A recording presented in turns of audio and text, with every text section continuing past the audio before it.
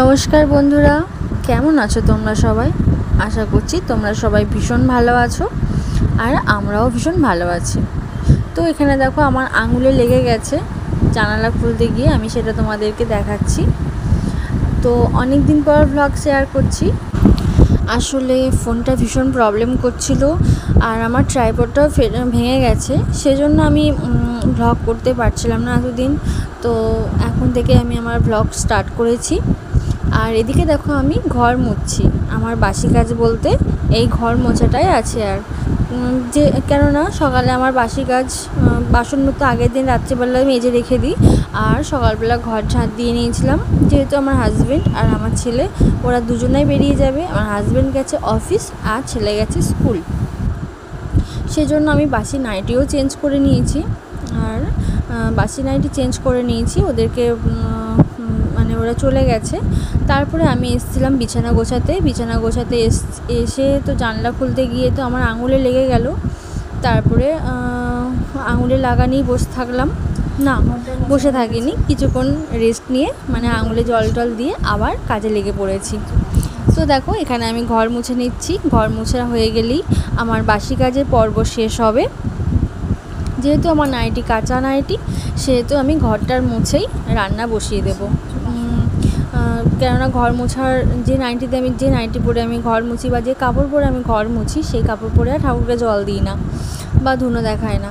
তো সেজন্য আগে রান্নাটা করে নেব, তারপরে একবারে স্নান করে ঠাকুরকে পুজো দেব। বাসন কটা মেজে নিই। তো দেখো এখানে রান্নাঘরে চলে এসেছি, ঘর মুছে চোখে মুখে জল দিয়ে নিয়েছি, একেবারে তো ঘেমে স্নান করে গেছি। আর ওই যে বেসিনে হচ্ছে চায়ের বাসন, আর আমার ছেলে যে খেয়ে গেছে সেই একটা বাটি। তো এইগুলো এখন ধুয়ে মেজে নিচ্ছি, আর বাদবাকি হয়ে গেছে সবই। এবার রান্নার দিকে যাব।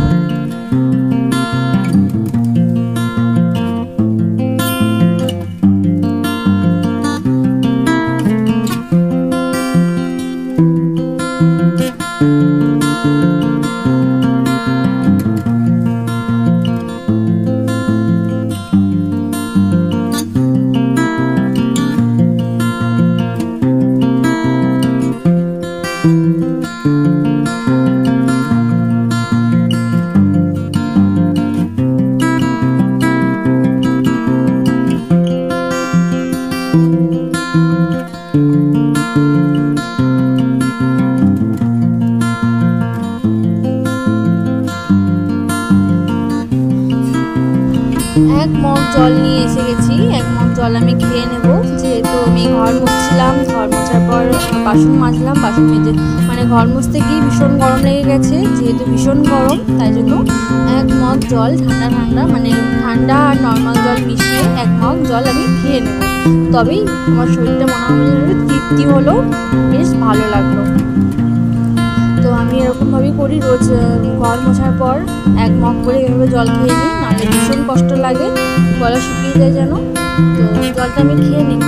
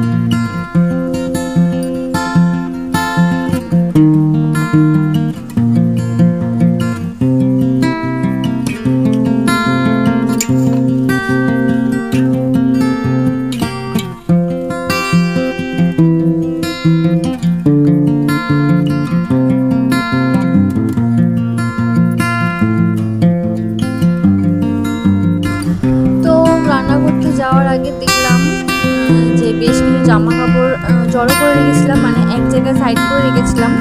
তো দেখলাম যে এগুলো এখন ভিজিয়ে দিলে ভালো হয়। স্নান করার আগে জামা কাপড়গুলো কেচে নেব, তো অনেকক্ষণ ভিজেও যাবে আর বেশিক্ষণ কাচতেও কষ্ট লাগবে না। সেজন্য এখন জামা কাপড়গুলো ভিজিয়ে দিলাম। ভিজিয়ে দিয়ে ভালো করে হাত ধুয়ে নিয়ে এখন রান্নার কাজে হাত দেব। তো ওদিকে তো আমার মোটামুটি সব রকম কাজই হয়ে গেছে। আর এখানে দেখো মোচা নিয়ে বসেছি আমি। মোচা আমি আগে কাটতে পারতাম না, এখন আমি শিখে গেছি মোচা কাটতে। তবে মোচা কাটলে না বড্ড হাত কালো হয়। তো এটা হচ্ছে আমার বৌদির বাবার বাড়ি থেকে দিয়েছিল, মানে বাড়িতে এনেছিল। ষষ্ঠীতে যে গিয়েছিলাম না, ষষ্ঠীতে তো গিয়েছিলাম, তোমরা তো কেউ জানো না, ভিডিও যেহেতু করতে পারিনি। তো ষষ্ঠীতে গেছিলাম, আর বৌদিরাও তো ষষ্ঠীতে গেছিলো বাবার বাড়িতে। তো ওখান থেকে মানে কলা, মোচা, আম, কাঁঠাল অনেক কিছুই এনেছিল ওরা। তো আমাদেরকে কলা, মোচা দিয়েছিল। আর আমটা তো আমি খাই না, আমার ছেলে খায়, আমার হাজব্যান্ড খায়। তো ওরা আমটা ওখানে খেয়েছিল, আর কিছুটা আম দিয়েছিল, আর কাঁঠালও দিয়েছিল বক্সে করে। তো সেই বড় একটা মোচা নিয়ে বসেছি, মোচা কাটতে নিয়ে বসেছি। আমার মা পরে জিজ্ঞাসা করছে, তুই মোচা কাটতে পারিস তো? আমার মাসির দিক থেকে জিজ্ঞেস করেছে মাকে যে মোচা কাটতে পারবে তো? আমি মাকে বলছি, মা আমি এঁচোড় কাটতে পারতাম না, কিন্তু এখন আমি এঁচোড়টাও কাটতে পারি আর মোচাটাও কাটতে পারি, সবই ইউটিউব। আর এঁচোড়টা কাটা শিখেছিলাম আমার শাশুড়ি মায়ের কাছে। তো এখন আমি সবজি কাটতে নিয়ে বসেছি। এখন আমি মোচাটা কেটে নিচ্ছি। হাতে আগে তেল মাখিয়ে নিয়েছিলাম, আর পরে পাতা লেবু দিয়ে ঘষেছিলাম, অনেকটা উঠে গেছিলো। তো এখন মোচাটা কেটে নেব, তারপরে হবে সেই কি বলে ওটাকে, চিচিঙ্গা আলু দিয়ে একটুখানি ভাজা মতো করব মোচার তরকারি। আর ডাল করব, আর যেন কী করেছিলাম ঠিক মনে পড়ছে না। তবে তারপরে দেখো এখানে আমার ছেলে স্কুল থেকে চলে এসেছিলো, আর ওকে একটু শরবত করে দিচ্ছি। আর ওর জন্য কুকারে ভাতও বসিয়েছি, শরবতটাকে খেয়ে নিক, যেহেতু সাইকেল নিয়ে এসছে তো মানে ভীষণ গরম লেগেছে। তো ওই জন্য শরবতটা খেয়ে নেবে, তারপরে কিছুক্ষণ পর আমি ওকে ভাত খেতে দেবো। তো এখানে আমি শরবত করছি আর ওকে ঘরে দিয়ে এসেছি। আর দেখো কীভাবে পা ঝুলিয়ে শুয়ে আছে। আমি বলছি তুই কীভাবে শুয়ে আছিস, দিয়ে শরবতটা ও খেয়ে নিচ্ছে। আর আমি ওকে বলছি গ্লাসটা রেখে আসবি বেশি নেই, ও বলছে তুমি নিয়ে যাও। দেখো আবার দেখো তলায় একে বলছে চিনি কম হয়েছে, আবার দেখছি যে তলায় কিছুটা চিনি মানে পড়ে আছে। যেহেতু লেবু দিইনি ওরা ছেঁকে দিইনি, পরিষ্কারই ছিল। তো ওই চিনিগুলোকে আবার চামচে করে তুলে খেলো। আর এখানে দেখো বললাম না যে চিচিঙ্গা আলু দিয়ে একটু ভাজা করবো, পেঁয়াজ আলু দিয়ে, তো সেটাই কেটে নিয়েছি। আর এখানে দেখো মোচার আলু, আর এটা মোচা, মানে সব কিছু সবজি বানিয়ে নিয়েছি, কেটে নিয়েছি। তো এখানে কড়াইয়ে তেল বসিয়ে দিয়েছি, আর যে পেঁয়াজ কেটে নিয়েছি। তো পেঁয়াজ দিয়ে চিচিঙ্গাটা আগে করে নেব, আগে চিচিঙ্গা ভাজাটা করব, তারপরে মোচা করব, তারপরে ওদিকে ভাত বসিয়ে দেবো, মানে মোচা আর ভাত একসাথে বসিয়ে দেবো। আর দেখো কুকারে দেখেছো, কুকারে আমার ছেলের জন্য ভাত হয়েছে। তো এই তরকারিটা বসিয়ে দিয়ে ওকে আমি ভাতটা দিয়ে আসবো।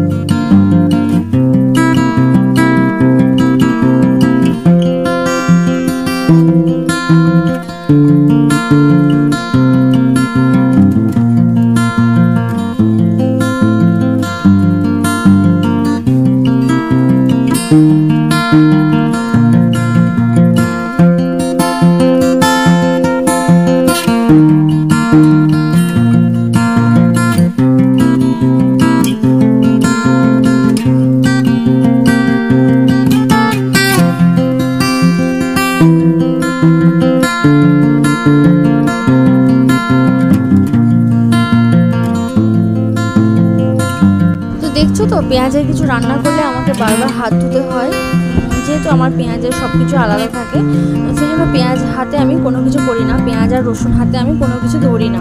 মানে একসাথে যখন থাকতাম, শাশুড়ি মা যখন নিরামিষ মানে পেঁয়াজ রসুনটা খেত, কিন্তু পেঁয়াজটা খেতেন না, তো সেই অভ্যাসটাই থেকে গেছে। তাই জন্য পেঁয়াজ আর রসুন আমি সবসময় আলাদাই রাখি, মানে একসাথে করি না। নুন হলুদের করে আমি পেঁয়াজ কোনো সময় ঠাকাই না, যার জন্য আমাকে বারবার হাত ধুতে হয়, আর সেই অভ্যাসটাই থেকে গেছে। তো দেখো এখানে প্রথমে কালো জিরে দিয়েছি, তারপরে পেঁয়াজ দিয়েছি, পেঁয়াজ দেওয়ার পর ওই চিচিঙ্গাটা না চিচিঙ্গার একটা আলু দিয়েছিলাম, তাতে নুন হলুদ মাখাতে আমি ভুলে গেছিলাম, তাই জন্য তাড়াতাড়ি করে হাত দিয়ে আগে নুন হলুদটা মাখিয়ে দিলাম। তারপর দেখলি তো ওইটুকু টাইমের মধ্যে কতটা জল বের হলো, চিচিঙ্গা দিয়ে ভীষণ জল বের হয়। এই সবজিটা আমি অনেক দিন পর নিজের হাতে রান্না করে খেলাম। এর আগে খেয়েছিলাম আমার বিয়ের পর মনে হয় না আমি শ্বশুরবাড়ি এসে এই সবজিটা খেয়েছিলাম, আমার ঠিক মনে পড়ছে না, তবে অনেক দিন পর আমি নিজে রান্না করে খেলাম।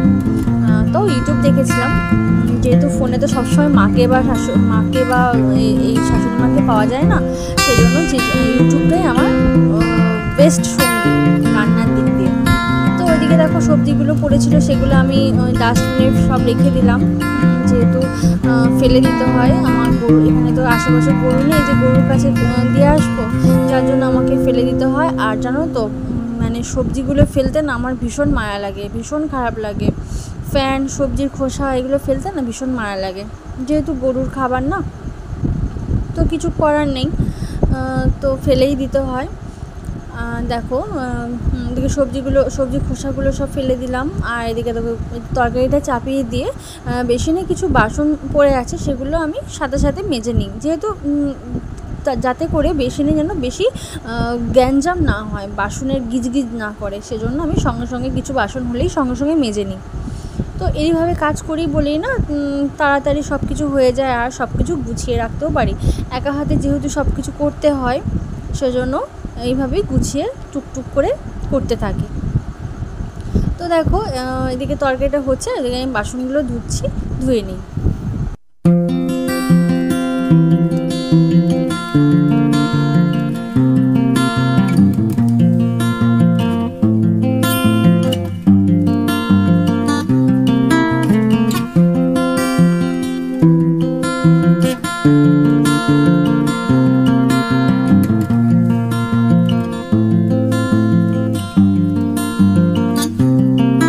বাসন ধোয়ার সাথে সাথে মোচার আলুটাকেও ধুয়ে নিলাম। আর এই যে দেখো বারবার আমি ক্যামেরার দিকে তাকাচ্ছি, আমার মনে হচ্ছে না ক্যামেরাটা কি অন আছে নাকি অফ আছে, সেটা কি বোঝার জন্য বারবার ক্যামেরার দিকে তাকিয়ে ফেলছি।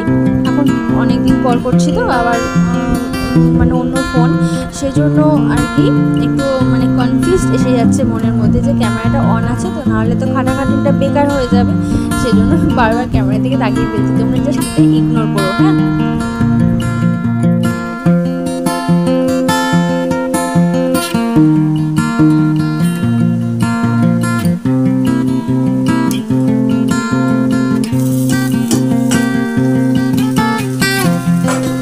তারপর ওদিকে দেখো একবারে ভাত বসিয়ে দিয়েছি, আর দেখো চিচিঙ্গা ভাজাটা প্রায় হয়ে এসছে, নামিয়ে নেব। আর ওই যে বাটিতে ভাত দেখছো, ওটা হচ্ছে আগের দিনের ভাত।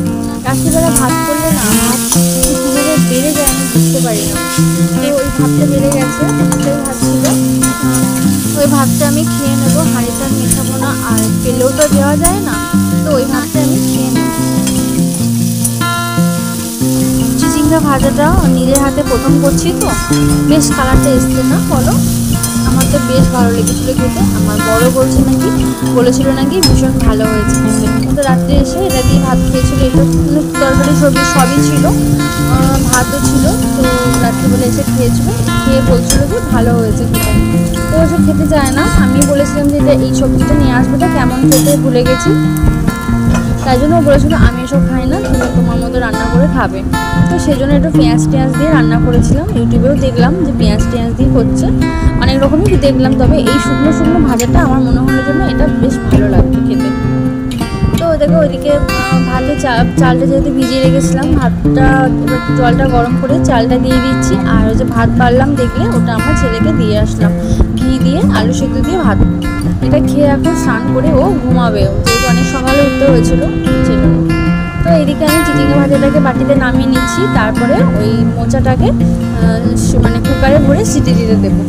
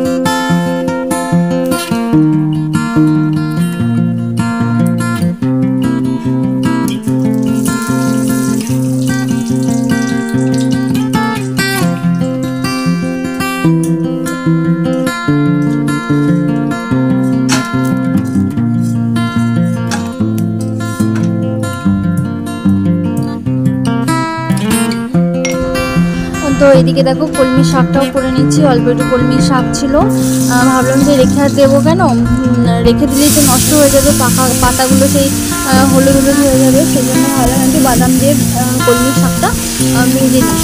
সেই জন্য কলমি শাকটাও কেটে নিয়ে ভেজে নিয়েছিলাম। তো দেখো আমার স্নান করা হয়ে গেছে।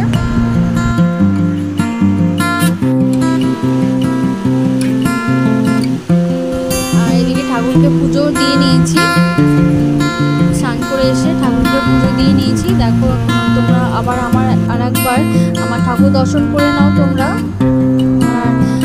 তারপরে আমি চলে গেছি ওই জামা কাপড় যে কাচলাম সে জামা কাপড়গুলো মেলতে। তো খুব একটা রোদ ছিল না, মেঘলা মেঘলা ওয়েদার, ওই জন্য এরকম লাগছিল। তো জামা কাপড়গুলো মেলে দিয়ে এসেছি। তারপরে তো ভীষণ খিদে পেয়ে গেছিলো।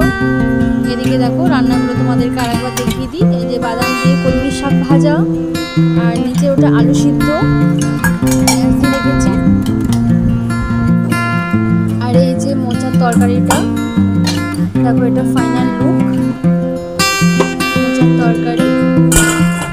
আর এটা হচ্ছে সেই চিচিঙ্গা ভাজাটা।